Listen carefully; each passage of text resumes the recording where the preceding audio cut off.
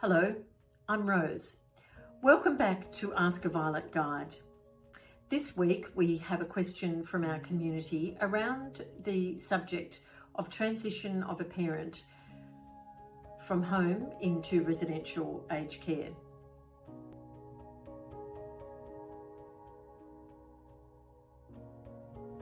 I think in regard to guilt, probably this relates to the outsourcing of support that perhaps in history was provided by family.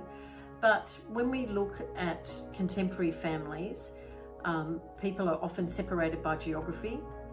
It's not possible to provide that care.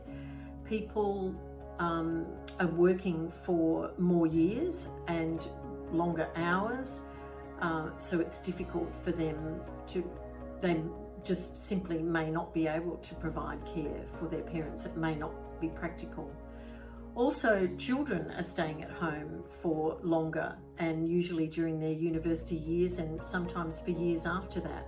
So there may not be physically enough space to accommodate more people at home. So I think people can feel guilty that they may feel that they should be providing this care for their parents, but they're simply unable to. I think the issues around relief when someone goes into residential aged care relate to the handing over of responsibility for the health and safety and security of our parents. In residential aged care, there's access to carers who can help with the activities of daily living. There are all sorts of clinical people who can help with medical and nursing issues. There are registered nurses, GPs visit, there may be geriatricians who are involved, there may be nurse practitioners, there may be speech pathologists, occupational therapists, physiotherapists, all sorts of other people who can provide care, way beyond what the average person can provide in their home.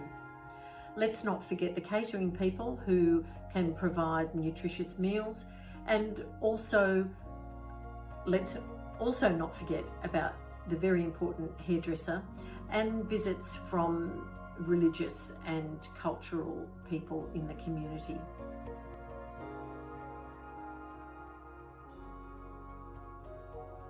So the focus now for the family can be on what matters most to the parent, what they want to achieve, what are things that are important to them now, how do they want to spend this time that they have, are there people that they want to see, are there things that they want to do, how do they want to make the most of this time. It's also probably time to think about what's ahead, what may unfold and how to prepare for what is ahead. So in summary, transition to residential aged care is not always easy and can be following a time of great upheaval for both the person who's moving into the aged care home and the family and friends and loved ones around that person. So thanks for this great question, and I look forward to next week's question and to talking with you again from the perspective of a Violet Guide.